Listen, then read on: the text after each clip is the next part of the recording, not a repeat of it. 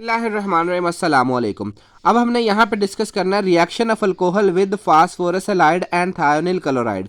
सबसे पहले देखें कि फास्फोरस पेंटाक्लोराइड जैसे कि PCl5 है, इसी तरीके से फास्फोरस क्लोराइड PCl3 और उसके बाद SOCl2 जिसको हम थायोनिल क्लोराइड भी कहते हैं, ये प्राइमरी और सेकेंडरी अल्कोहल के साथ रिएक्शन करती हैं और क्लोरो अल्केन बन जाती है। अब जो रिएक्शन है बेसिकली ट्राइब्रोमाइड के साथ, ये एट लो टेम्परेचर और फास्फोरस आयोडाइड के साथ result in the formation of bromo and iodoalkane. मतलब कहने का ये है कि अगर अल्कोहल जो है वो PCl5 और PCl3 के साथ या SOCl2 के साथ रिएक्शन करे तो क्लोरोअल्केन बनेंगे। इसी तरीके से फास्फोरस ट्राइब्रोमाइड या फास्फोरस ट्राई आयोडाइड के साथ रिएक्शन करे तो ब्रोमोअल्केन और आइडोल्केन बनते हैं। ठीक है, लेकिन जो यूज ऑफ थायोनिल क्लोराइड है ये बेस्ट मेथड है प्रेपरेशन के लिए क्लोरोअल्केन का। उसकी वजह क्या है? क्योंकि जो बाई प्रोडक्ट बनते हैं वो सारे गैसेज और वो खुद ब खुद सेपरेट हो जाते हैं, तो इसलिए किसी किस्म की सेपरेशन तकनीक हमें अप्लाई नहीं करना पड़ती। सबसे पहले देखें ROH, इसका रिएक्शन जो है PCl5 के साथ करवाते हैं। अब सबसे पहले PCl5 का स्ट्रक्चर अगर आप समझें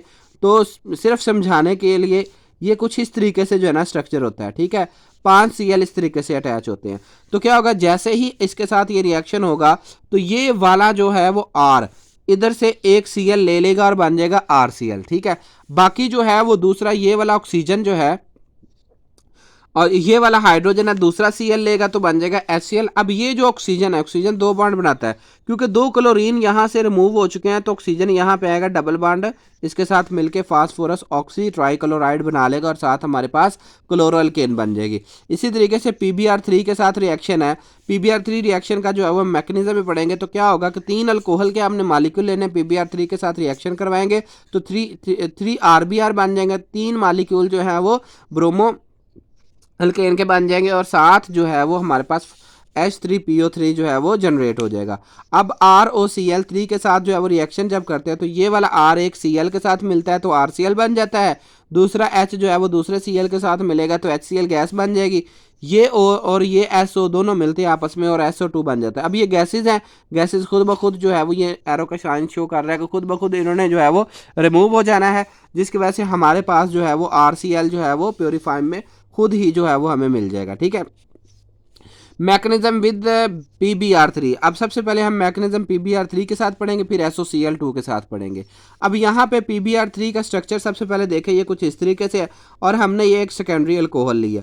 होगा क्या कि ये ऑक्सीजन का जो लोन पेयर है ये इसके मदद से इस फास्फोरस के ऊपर अटैक करेगा। ठीक है, अब ये क्या होगा कि ये फास्फोरस के ऊपर अटैक करने के बाद ये एक Br जो है वो रिमूव हो जाएगा, Br नेगेटिव। ठीक है, अब बाकी बच जाएंगे 2 Br, इनको आप ऐसे भी लिख लें या इकट्ठा लिख लें, एक ही बात है। ठीक है, तो ये जो 2 Br है हमने इनको अब इकट्ठा लिख लिया। ओके, तो ये ऑक्सीजन इसके ऊपर अटैक करती है और यहाँ पर जो है ये कुछ इस तरीके से एक कॉम्प्लेक्स बन जाता है। ठीक है, ये कॉम्प्लेक्स जो है वो नेक्स्ट अगले स्टेप में ये जो Br है, ठीक है, ये इस कार्बन के ऊपर बैक साइड से अटैक करता है।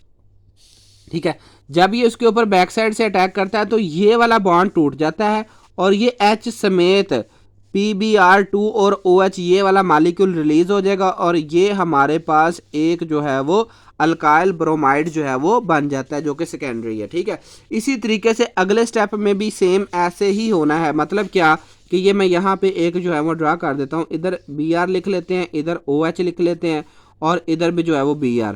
जब एक अल्कोहल का दूसरी अल्कोहल का, ये सिर्फ और सिर्फ टाइम बचाने के लिए, दूसरी अल्कोहल का मालिक्यूल जो है वो रिएक्शन करेगा तो ये वाला इसके ऊपर अटैक करेगा और Br निकल जाएगा। ठीक है, तो दोबारा से एक ऐसा ही एक्टिवेटेड कॉम्प्लेक्स बनेगा जो फर्दर ऐसे Br वापस आके उसके ऊपर अटैक करेगा और फिर क्या होगा कि जो है वो ये वाला ग्रुप रिलीज हो जाएगा और रिलीज होने के बाद दूसरे स्टेप में ये बन जाएगा PBr और OH ट्वाइस और इसी तरीके से तीसरी बार जो है ये बन जाएगा जो है ना वो OH थ्राइस और हर स्टेप में एक Br निकल कर जो है ना वो अल्कोहल के साथ अटैच होता जाएगा और फिर हम इसको H3PO3 जो है वो लिख लेते हैं, जो कि हमने यहाँ पे ये बताया भी है कि ये वाला मालिक्यूल जो है वो रिलीज हो जाएगा और ये 3 स्टेप में जो है वो मैकेनिज्म है।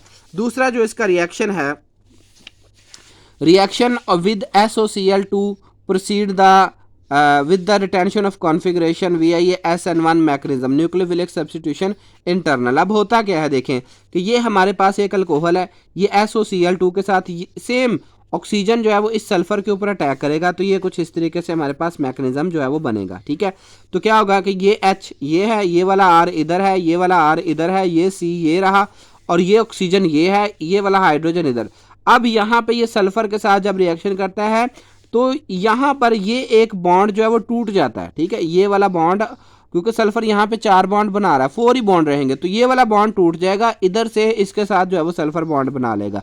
नेक्स्ट अगले स्टेप में क्या होगा, सिर्फ रीअरेंजमेंट होगी कि ये वाला H और ये वाला Cl आपस में मिलके HCl बना देंगे, और ये जो सल्फर का इधर से अब बॉन्ड टूटेगा वो वापस से यहाँ पे डबल बॉन्ड बन जाएगा। यही जो है वो एक ईस्टर हेलाइड है। ठीक है, अल्काइल क्लोरो सल्फेट इंटरमीडिएट ये वाला बना है। अब ये जो इंटरमीडिएट है ये SN1 से रीअरेंज्ड होगा। ठीक है, रीअरेंजमेंट क्या होती है कि एक ही मालिक्यूल में से एक हिस्से से दूसरे हिस्से में जाके एटम अटैच होते हैं, तो ये वाला Cl जो है वो नेक्स्ट इधर जाएगा, और ये वाला बॉन्ड इधर शिफ्ट होकर ये SO2 जो है वो गैस फॉर्म में निकल जाएगा, और क्लोरो अल्केन हमारे पास बन जाएगी। नेक्स्ट रिएक्शन है reaction with ammonia. A mixture of amine जो है वो बनता है जब हम अल्कोहल और अमोनिया का रिएक्शन करवाते हैं, और एल्यूमिना या जो है वो थोरियम ऑक्साइड हम कैटलिस्ट यूज करते हैं। तो हम एथानॉल लेते हैं और साथ जो है ये NH3 है, इधर से एक H और इधर से OH निकलेगा और बन जाएगा H2O, और NH2 जो है वो जाकर यहाँ पे अटैच हो जाएगा जो कि बन जाएगा इथाइल अमाइन। अब primary amine give secondary and which further give a tertiary amine.